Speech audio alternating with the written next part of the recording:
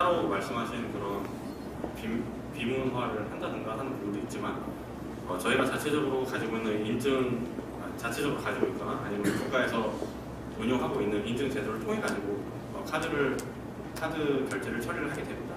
그래서 그 부분에서 상당히 안전하다고 볼 수 있고, 그 다음에 가상화폐 같은 경우에는 이더리움과 라이트코인은 개인적으로는 굉장히 안전한 자산들이라고 생각을 하기 때문에 중간에 가로채거나 뭐 이렇게 딱히 그렇게 해킹이 되게 된다면 그것은 가상화폐 문제가 아니라 개인의 관리 문제라고 볼 수 있습니다. And just to complement, when we're doing online transactions, like say an application or a website for credit cards, we use a system that was created by Visa called 3D Secure, which doesn't allow all of the transactions to go through, but it's 100% sure. Like there's no chargeback rate with 3D Secure technology because it was created by Visa. 그리고 아까 말씀하신 그 3D Secure 같은 방식에 대해서 좀 더 설명을 드리자면, 이제 특별히 온라인이나 또는 모바일을 통해 가지고 결제하는 데 대해서 적용되는 그런 방식인데, 저희가 그 부분에 있어서는 항상 결제가 완료되지 않고서 튕겨나가는 경우가 있기 때문에 그 부분에 대해서도 암호화폐 결제 관련해서는 좀 더 보완이 돼 있는 상태라고 말씀을 드릴 수 있겠습니다. Great question.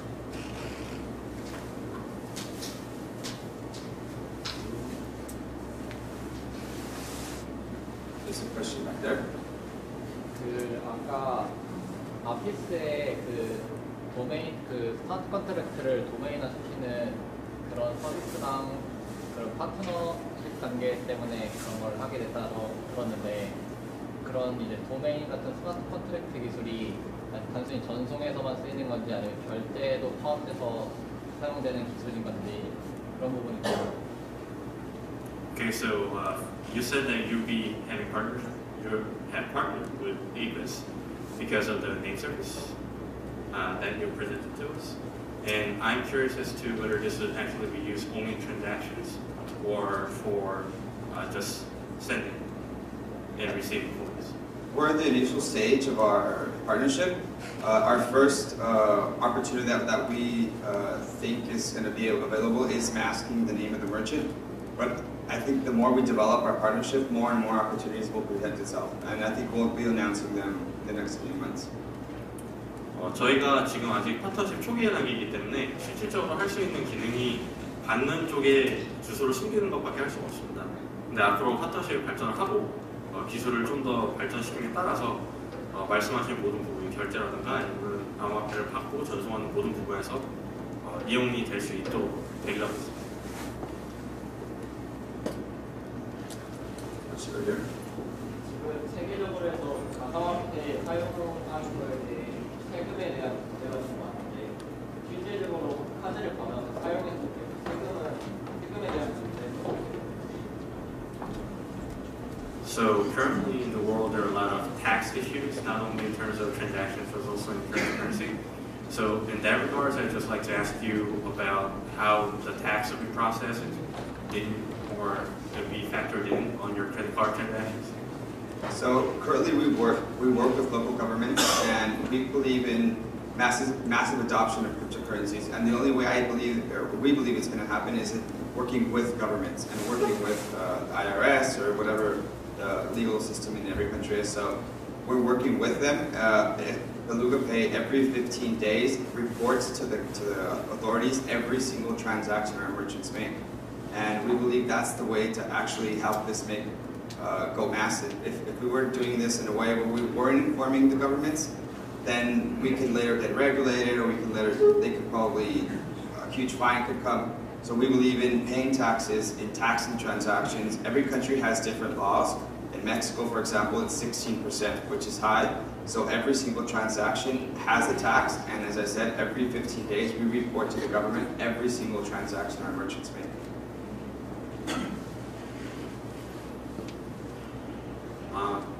일단 기본적으로 저희가 거기에 대해서 획일적으로 대답을 드리기가 좀 어려운 부분인데, 일단 저희는 최대한 각국 정부들과 협조를 통해서 각국 정부의 법률에 맞게 세금에 대한 모든 부분을 적절하게 보고를 드리고 있습니다. 그래서 아까 말씀드렸다시피 저희 신용카드 결제 같은 경우는 일일 단위로 보고가 되게 되는데 이러한 부분을 모두 투명하게 공개를 함으로써 각국 정부의 신뢰를 얻고 최종적으로는 저희가 암호화폐 공개적이고 투명한 그런 정부들의 지지를 통해서 암호화폐가 사용되게 되면 그러한 우려에 대한 부분도 조기간에 불식되지 않을까 생각을 하는 겁니다. 그러면 지금까지 카드를 사용함에 있어서 해결 부분은 어떻게 해결을 주셨는지? So can you tell us a little about your experience with taxation in terms of using your card? We don't actually have a physical card. Is that what he's asking? So do you get taxed when you use your card? So we don't have a card. We accept credit cards. We're not like 10x. We're more like a system that enables merchants to receive cards, and the merchant is the one paying the tax. The person that when you pay with the credit card, you don't get taxed for that purchase. Who's paying the tax is the merchant because we charge 2.5% per transaction plus tax. 조금 잘못 이해하신 부분이 있는 것 같은데 저희가 기본적으로 실물 카드를 가지고 있어가지고 그걸 결제를 하는 것이 아니라 카드가 상점에 있어서 그 카드를 통해 가지고 상점이 지불을 받는 것입니다. 그래서 지불을 받게 되면은 이제 저희는 고정 2.5%의 수수료와 함께 그 상점이 해당하는 국가에 대한 세금을 상점이 물게 되는 것입니다.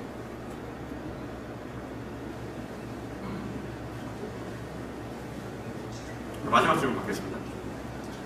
Last question. Yes, please. 기존에 이제 모나코나 페넥스나 센트라 같은 지불 결제 시스템하고 결정적으로 어떤 게 다른지. So can you tell us a little bit about the differences that set apart you from the card-related cryptocurrencies like Cetra, 10x, or Monaco? So their value is storing cryptocurrencies in a credit card. Our system is a system that enables to accept that credit card. We're not an emitter. We don't give our clients credit cards. We give them something like this so that the credit card can be accepted as a merchant. So we're for shops, restaurants, hotels, doctors, dentists, for them to accept payments. We're not for individuals to spend their cryptocurrencies. If you want to spend your cryptocurrency, you have to have your own wallet and then scan the QR code and then the merchant will get paid.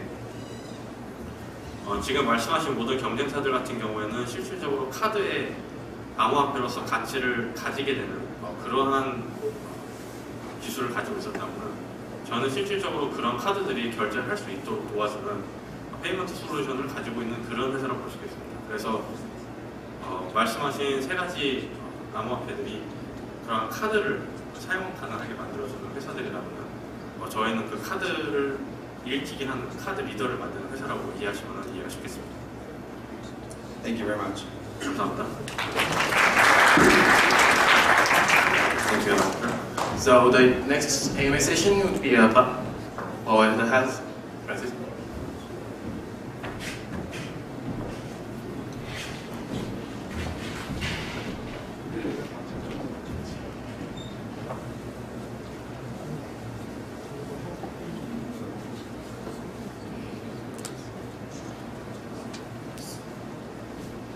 There's a question over here, please.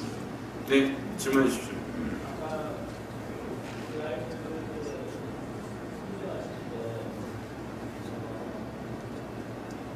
모델의 참여자가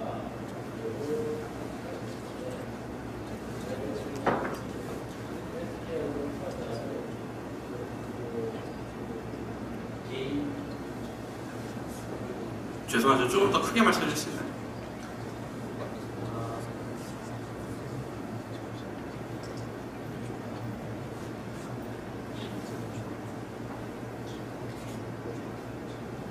그 종사자, 파티스펀트들이 여러 부류가 있었는데 그 사람들이 어떻게 서로 상호 이익을 가질 수 있는지, 그러니까 헬스케어 종사자들 또는 또 그 이렇게 개인들, 그래서 뭐 검사를 거래하는 사람들이 있었을 경우 그런 모든 참여자가 이렇게 다 이익을 가져갈 수 있는 것처럼 발송을 하셨는데 실제로 그거에 대한 설명을 안 했던 것 같아서. Okay, so my perspective, you have a very different set of participants in your market. And there are, for example, there are people who get examined and there are people who do examinations. So my question is, do you have a model to ensure that all of them, all of these participants in your target market can actually be incentivized? That's a great question, and it's something that we've thought a lot about. We believe that our first participants are going to be the early adopters. Those are the ones that submit their information. And we think that there's also a group of doctors or health coaches that will also be early adopters examining the information. So we do believe that incentivizing early adopters from both sides is very important to the model. So for example, a doctor that receives feedback, 5-star ratings, can receive our AHT token once they start examining more patients.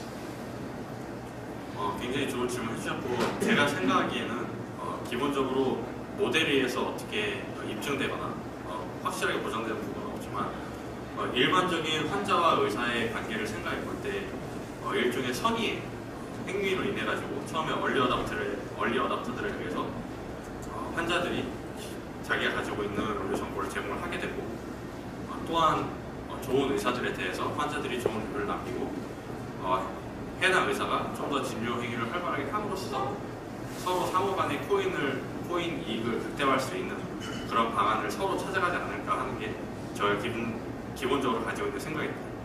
그래서 처음에는 얼리 어답터들로 주로 이루어져 있기 때문에 그러한 활동이 미미할지 모르지만 이로 인해서 이러한 행동으로 인해서 코인 이익이 극대화됨에 따라서 좀 더 많아지지 않을까 하는 것이 제 생각입니다.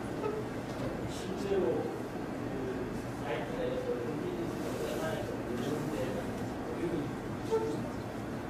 So do you have a cryptocurrency that is being employed inside your model? Yes, so our token is called AHT. It stands for Anonymized Health Token. And as I mentioned earlier, we think that the first wave of people will be the early adopters, the people that want to be healthy, that are using the system. The next wave of people will be the early adopters, which are doctors that want to use the system. And then we believe those early adopters will let us prove the security in the model. And once we have more traction, more people using the system, then research companies, other doctors will want to use AHT as part of their ecosystem. 그래서 혹시 설명을 못 들으셨다면 다시 설명을 해드리자면 AHT라고 저희가 자체적으로 저희 비즈니스몰에 안에서 사용하고 있고 이를 통해 가지고 저희가 그룹 간의 이익을 극대화를 하게 됩니다. 그래서 아까 말씀드린 사항을 다시 정말 풀어서 설명해드리자면 제가 생각하기에는 처음에는 이제 환자들이 자기가 좀 더 건강해지고 싶어서 자기에 대한 정보를 제공하게 될 것이고 그 정보에 상응해서 의사 얼리 어답터들이 자체적으로 그 환자들에 대한 정보를 제공을 하고 또 자기 자신에 대한 정보를 제공함으로써 이익을 최대한 극대화할 수 있는 모델이 형성될 것이라고 기대를 하고 있습니다. 이제 좀 비슷한 모델이 있어서 아마도 알고 계신 부분인데 제임이라는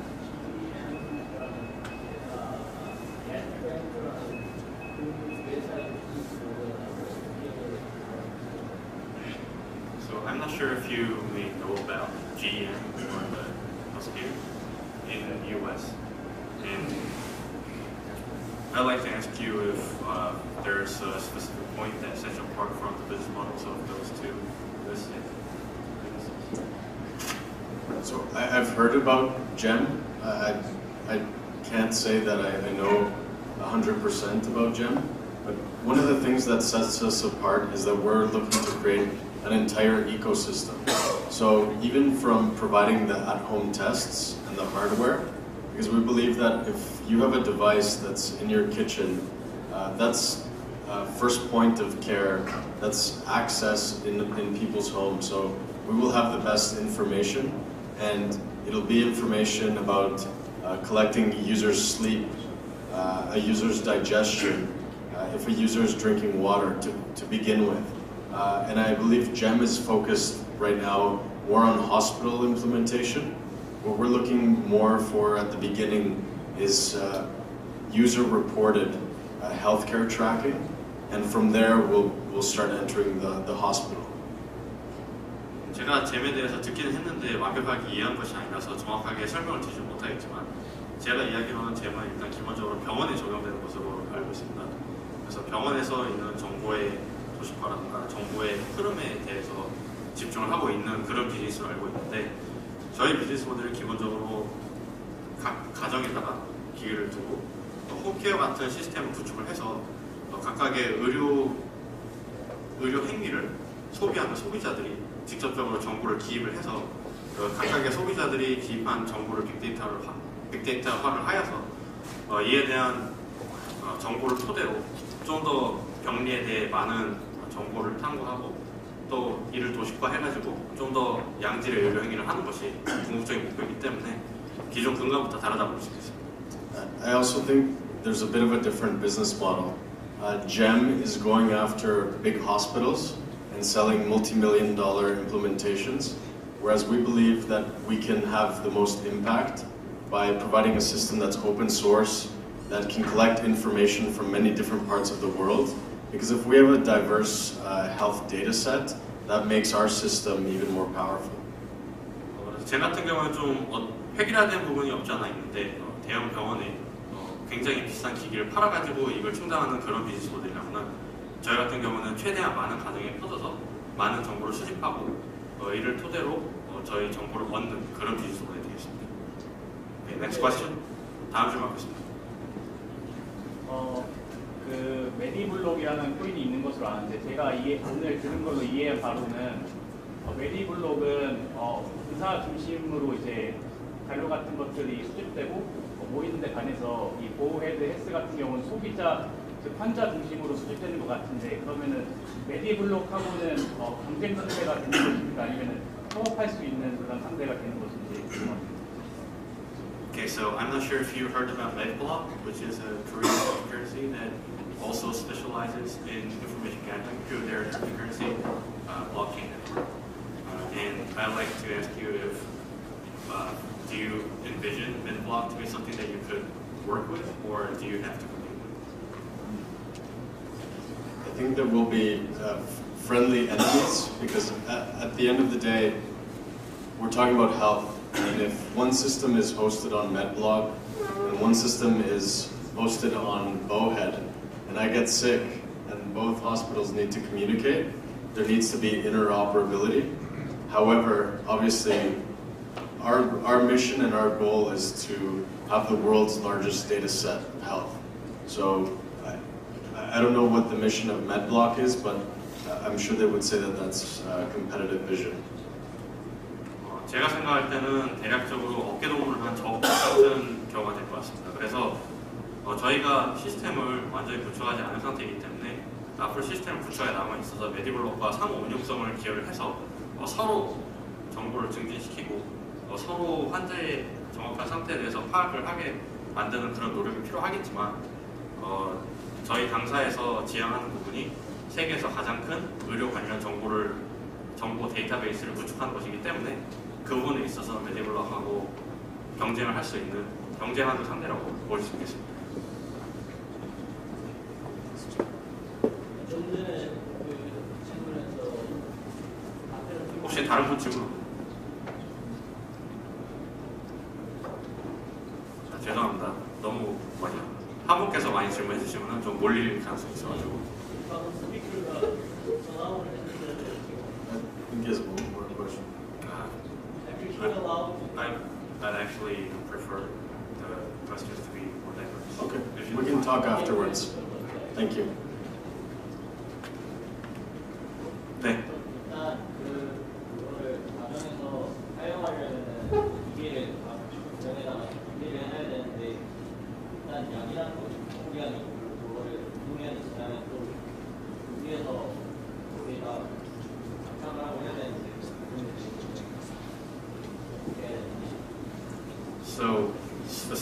your part about the medicine that is stored within the bay of your machine.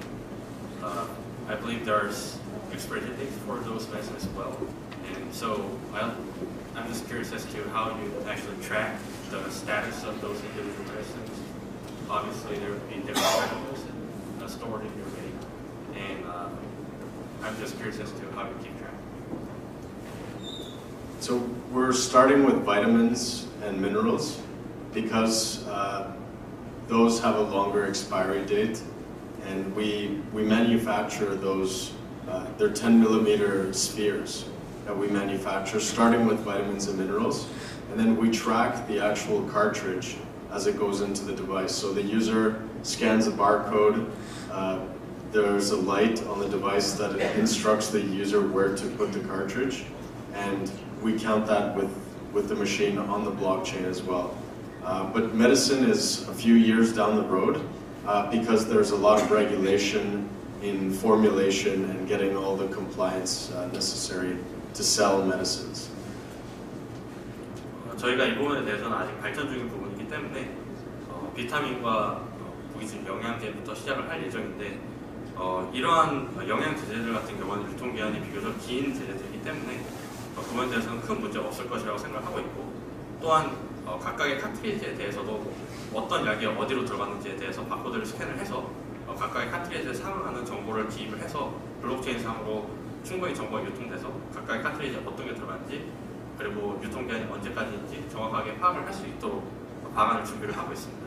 아직은 발전 단계여서 조금 더 정부와의 기본적인 협조도 필요하고, 그 다음에 저희가 약의 기본적인 정보를 파악을 해야 되기 때문에 아직은 조금 먼 얘기가 될 수도 있겠습니다. And our first investor, the one I showed a picture of the facility, they specialize in manufacturing packaging for the pharmaceutical industry. So they currently work with GlaxoSmithKline, Bayer, and they've designed a child-proof anti-humidity cartridge that can only be opened using our proprietary device.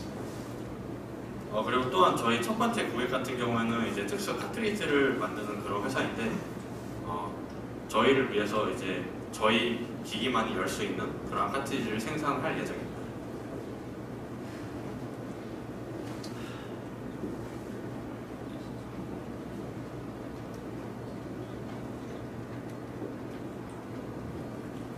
Okay, thank you very much. 감사합니다. 이제 다음 순서는 에이피스 팀의 AMA 세션이 진행되겠는데요. 그 전에 일단 계속 문제라고 보면 문제가 될 수도 있겠지만 팀원 명단을 일단 먼저 PPT로 올려드리고 이후에 AMA를 바로 진행하도록 하겠습니다. 네, 대표님하고 저희 최고 개발자님 두 분 모시겠습니다.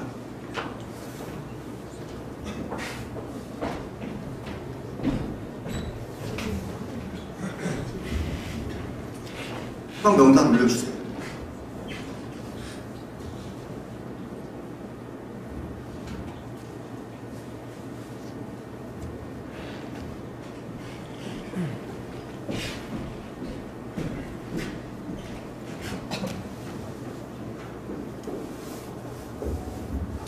지금 보시는 게 아피스 팀의 팀원 명단입니다.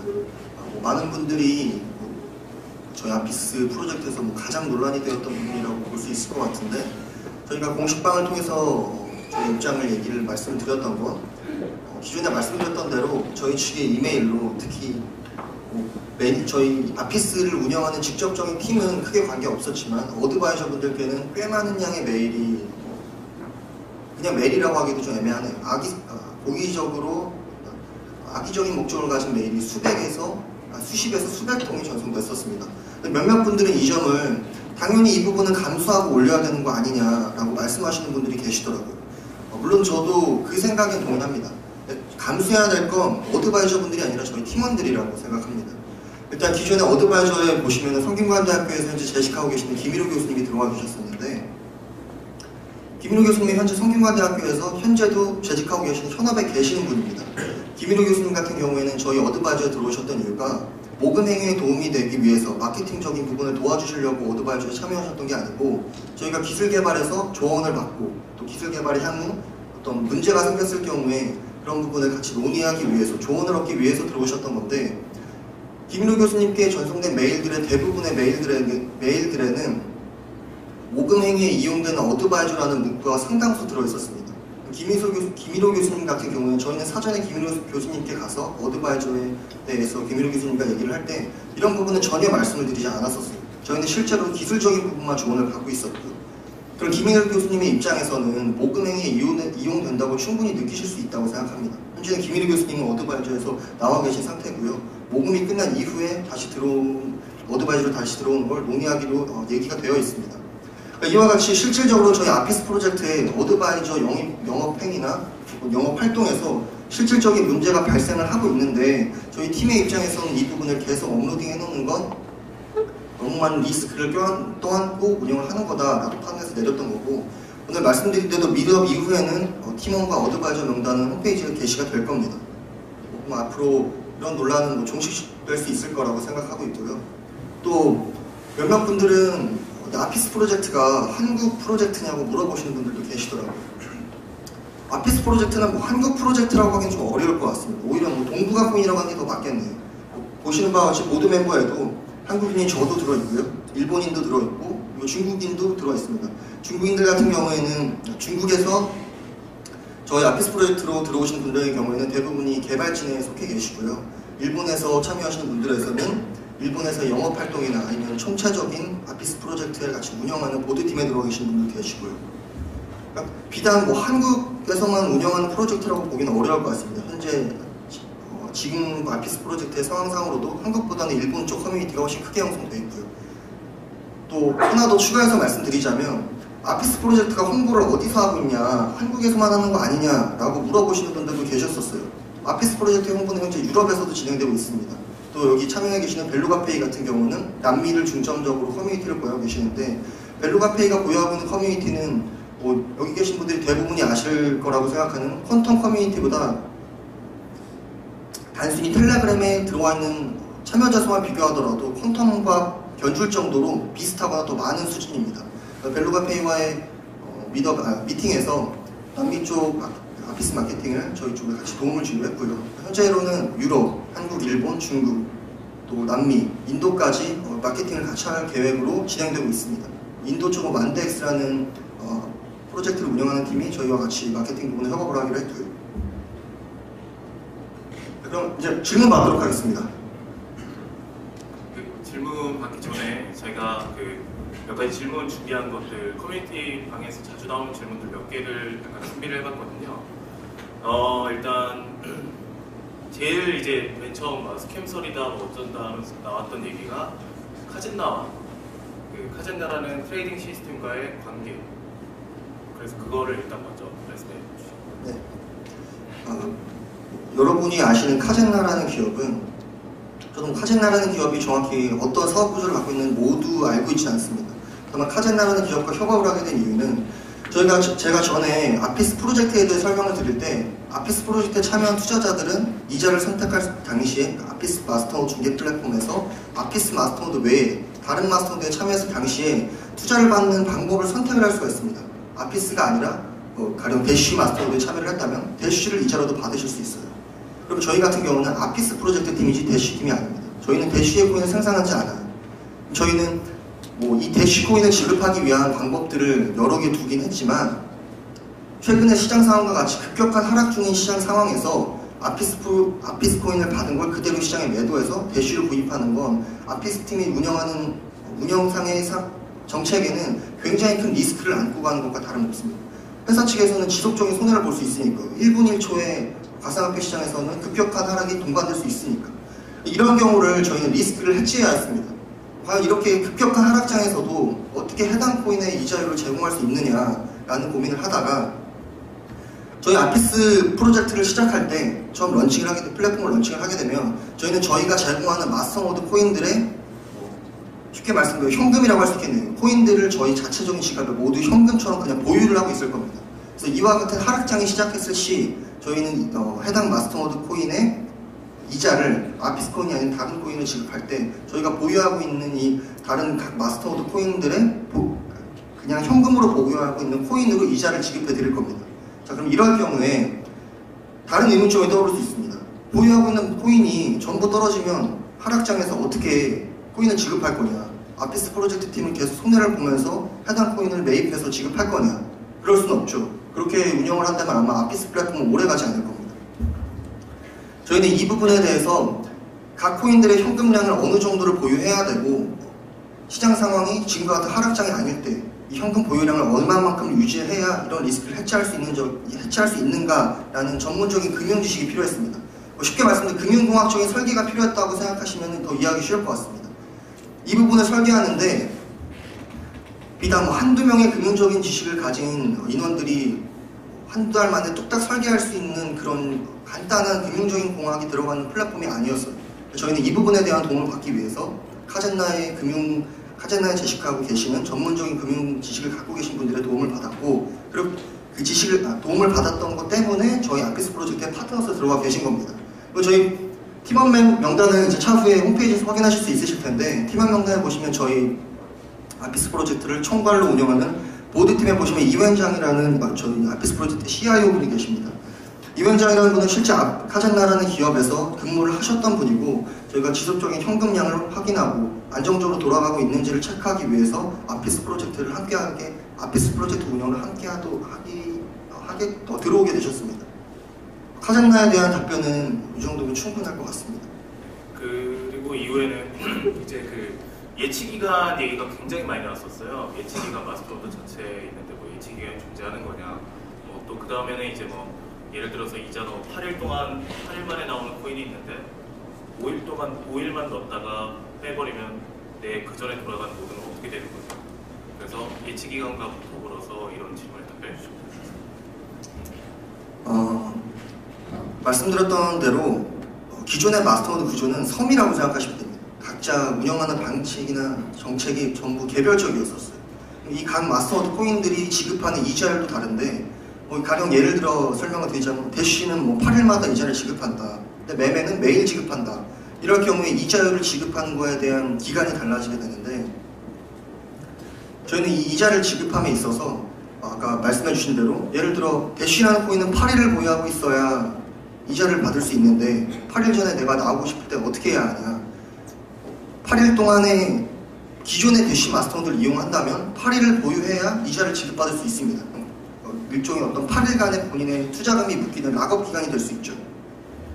저희 같은 경우에는 5일만 보유하게 되면 5일마다의 기간을 단위로 계산을 해서 5일 동안 갖고 있으신 부분만큼만 이자를 지급해 드릴 겁니다.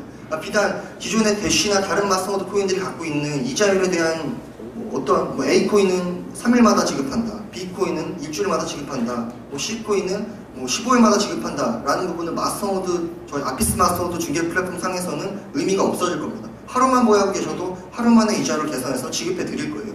그 하루 갖고 계시는 분이 나갔을 경우에 이 나간 부분만큼은 다른 이 마스터노드에 참여하기를 원하시는 분들이 들어오시는 분이 지분으로 대체될 거고, 그런 분이 없다면 회사 측이 그 부분을 채워 넣을 거니까요.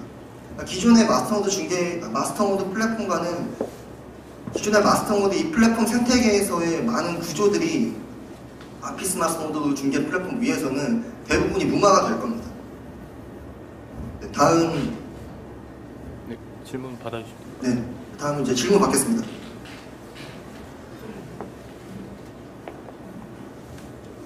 네. 마스터노드 관련 코인들이 되게 많은데, 네. 그 중에서도 또 완전 작주들 되게 많거든요. 그렇죠. 네. 그러면은 그런 과정에서 사람들은 이렇게 안전한 아피스 코인을 이용해서 마스터노드에 투자하는 거잖아. 네. 그럼 무조건 다 로이가 그 코인에만 투자를 할 거 아니에요? 물리면.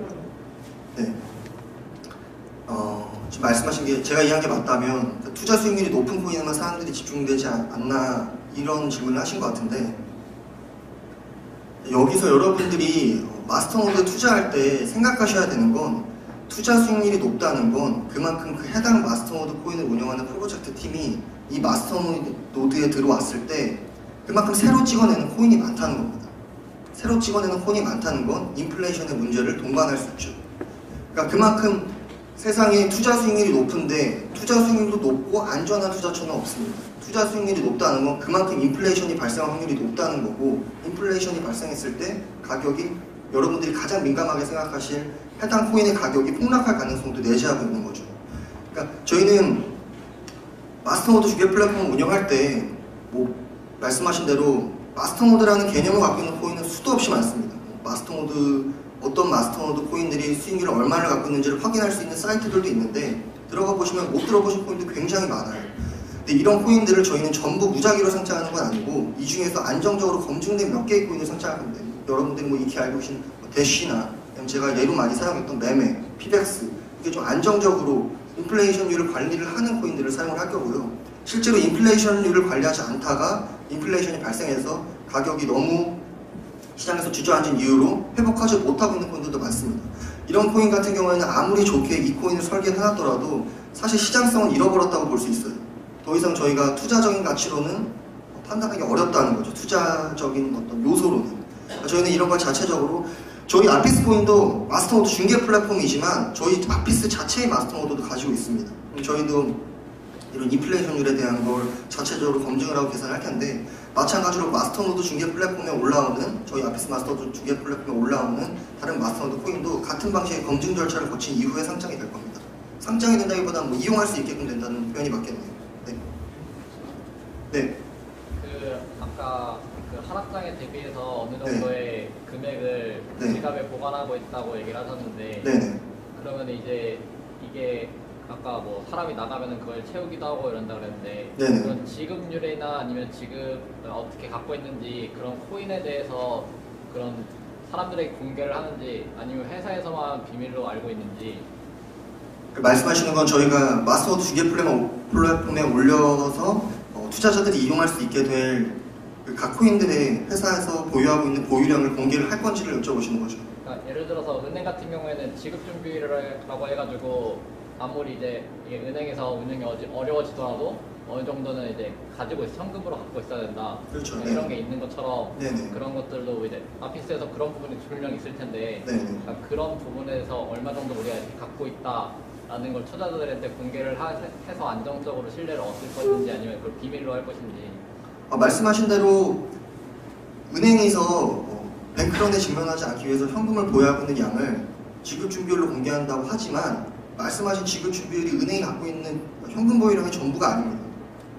네, 전부가 아니에요. 그러니까 저희도 어느 정도 양은 오픈을 하겠지만 아마 전체의 정보를 오픈하지 않을 것 같습니다. 그러니까 그 이유인즉슨 저희가 보유하고 있는 각 코인의 전체량을 공개하게 된다면, 쉽게 예를 들면 보통 저희 암호화폐 시장에서 많이 쓰는 뭐 고래라고 칭하는, 아니면 혹은 뭐 많이 예를 드는 채굴업장을 크게 갖고 계시는 분들의 경우에 저희가 보유하고 있는 각 코인의 양보다 그분들이 보유하고 있는 양이 더 많을 수도 있어요. 물론 저희도 많이 보유를 할 테지만 그분들도 많을 거란 말이죠.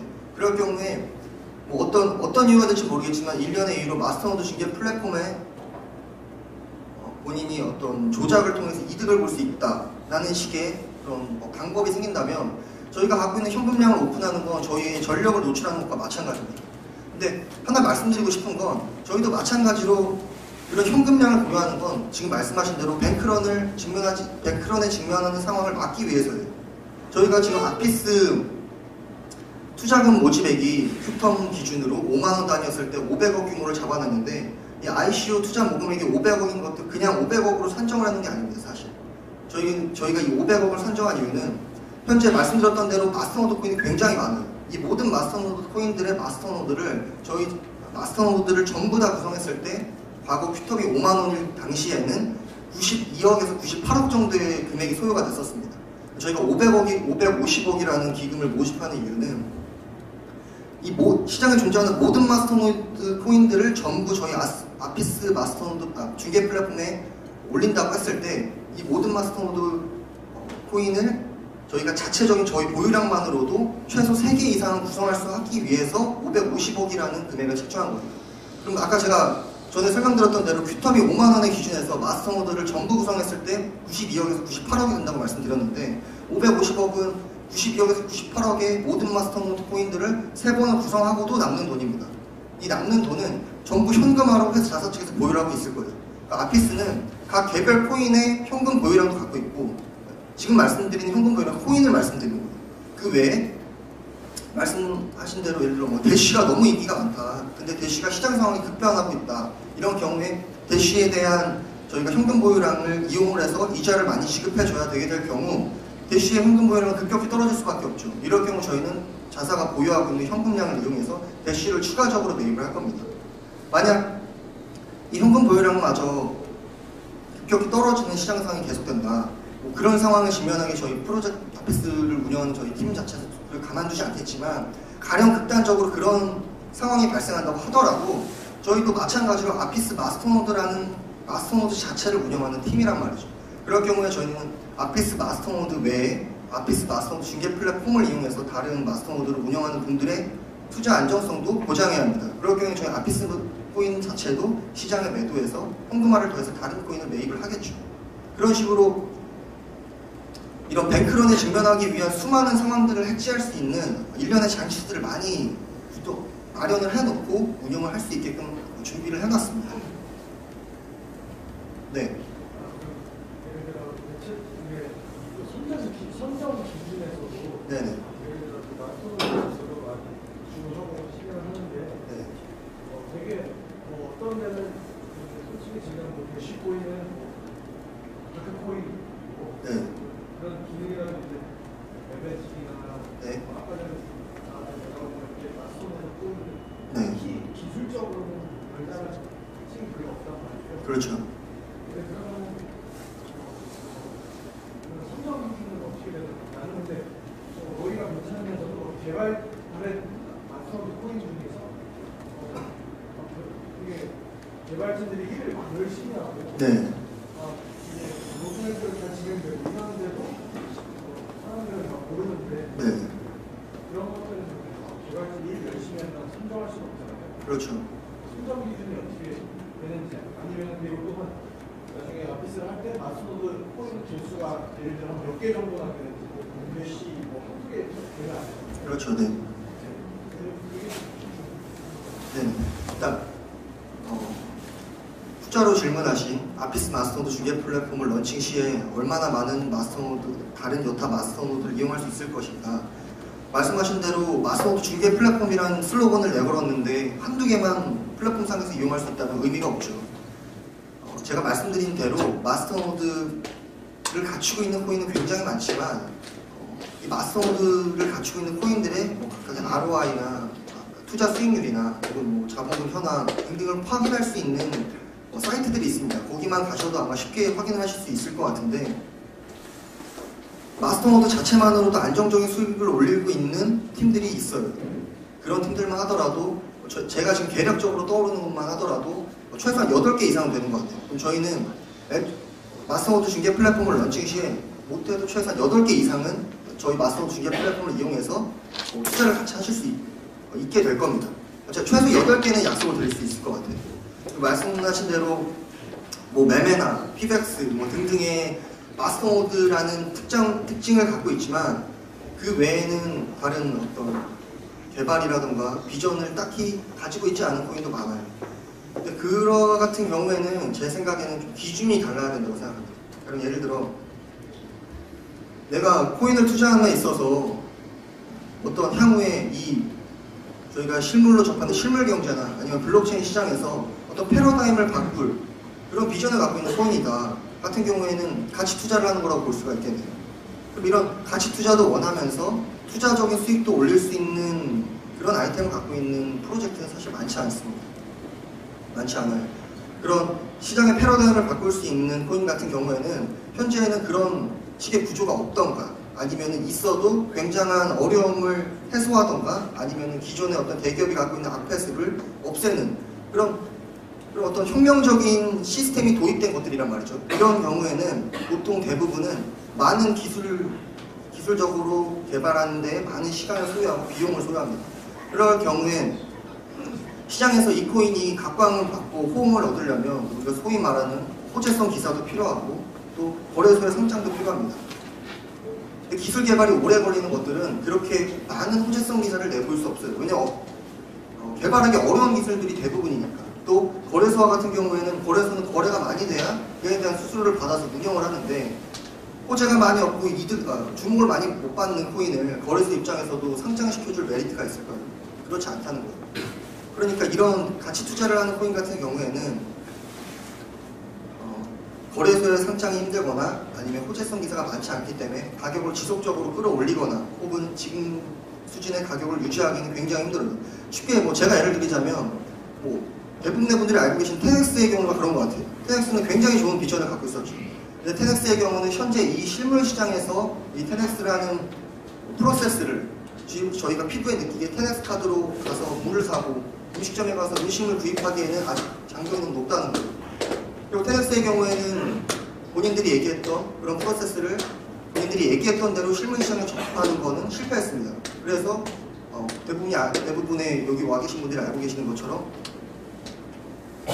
가격이 많이 떨어진 걸 확인할 수 있었고요. 그러니까 제가 드리고 싶은 말씀은 저희 아피스 플랫폼에 아피스 마스터노드 중개 플랫폼에 올라오는 마스터노드 코인 같은 경우에는 가치까지는 저희가 보장해드리긴 어려웠거든요. 다만 확실한 건 투자적인 안정성은 확인을 하고 투자를 할 수 있도록 저희 중개 플랫폼에 올라올 겁니다. 그러니까 저희가 주로 검증하는 포커스는 투자적인 안정성이 되겠죠. 네. 그러면 시간 관계상 마지막 질문 받고 네. 혹시 상장할 계획 있는 그런 코인 같은 경우에는 네. 안정성 그런 것들을 미리 확보하고 그런 식으로 선정된 그런 코인들을 올린다고 하는데 그런 코인들을 선정되고 나서 이제 상장이 된다고 한다면 그 가격이 이제 많은 수요가 몰릴 것으로 예상되는데 그러한 계획이라든지 아니면 미리 발표를 한다든지 그러한 예고 그러한 프로세서 그런 것들은 어떻게 되는지 말씀하시는 게 어떤 화제를 끄는 코인이 있다면 상장으로 많은 사람들이 이 마스터노드에 들어오고 싶어 할 때 그런 거예요. 수요가 몰리게 되면 어떻게 구성을 해줄 거냐. 아피스 내에서 마스터노드를 할 수 있도록 제공을 하는 그런 코인이 아피스의 제공. 아피스의 신규 코인이 새로 마스터노드를 준비할 수 있도록 될 때 네네. 가격이 내가 지금 가격 안정화를 생각해서 저희가 새로 상장한 코인의 가격 안정을 유도를 할 건지요?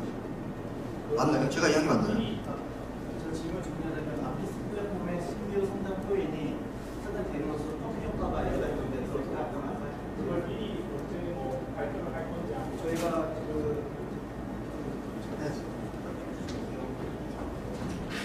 안녕하세요. 일단은 그 마스터노드 코인은 기본적으로 거버넌스 시스템을 갖고 있잖아요. 그걸 통해서 일단 투표 제대로 해서 아까 상정이나 이런 건 밝힐 거고, 저희가 흔히 저희가 독단적으로 하지 않고 마스터노드 코인의 그 장점 중에 하나가 거버넌스 제도가 있기 때문에 공개적으로 할 거고, 예를 들어서 이렇게 상장이 펌핑이 된다 하는 거는 저희가 어떻게 막을 수는 없죠. 일단 안정화시키거나 미리 공지를 하던가 아니면 거버넌스 시스템 때문에 미리 알 수가 있기 때문에 그 전에 펌핑이 될 것이고, 그 마스터노드 코인의 특징이죠. 많이 사고 마스터노드가 많이 되면은 저절로 그 인플레이션이 올라가고 가격은 내려갑니다. 예, 그건 맞죠. 예. 그렇기 때문에 그 안정성 시장에서 자동적으로 결정이 되고, 제가 아까 그 CR인데 보통 암호화폐 시장에서 그 인플레이션이 조절되는 기간이 되게 짧아요. 일반적으로 FX 시장은 보통 6개월, 3개월 정도 걸리는데 채권 따라서 암호화폐 같은 경우에는 일주일이 채 안 걸리다 가격 펌핑도 바로 내요. 그러니까 그 부분은 걱정을 크게 안 하셔도 될 거예요. 왜냐면 저희가 그래서 라웃 기간이 있는 거고, 예측이기 때문에 순식간적으로 누군가는 몇백 %를 먹고 누군가는 마이너스 나고 이런 경우는 거의 없다고 보시면 됩니다. 단지 그 찰나의 순간에 들어왔다 나가시는 분들은 당연히 그거는 있을 수가 있습니다. 지금 해주신 설명에 좀 더 덧붙이자면 말씀하신 대로 그런 위험한 상황이 동반될 수 있다고 한다면 아마 저희 플랫폼에서 먼저 그 공지를 하겠죠. 해당 코인에 투자 시에는 이런 부분들을 고려하셔야 됩니다 라고 공지를 올려드릴 겁니다. 네. 네. 그러면은 그 방금 말씀하신 것처럼 펌핑이 올 수 있는데, 네. 그러면은 이 아피스 내부 직원들은 그 펌핑이 올 거라는 사실을 미리 알고 있는 거나 마찬가지잖아요. 네네. 그러면은 이런 걸 막을 수 있는, 이런 도덕적 피해를 막을 수 있는 장치가 방식이나 그런 게 있을까요?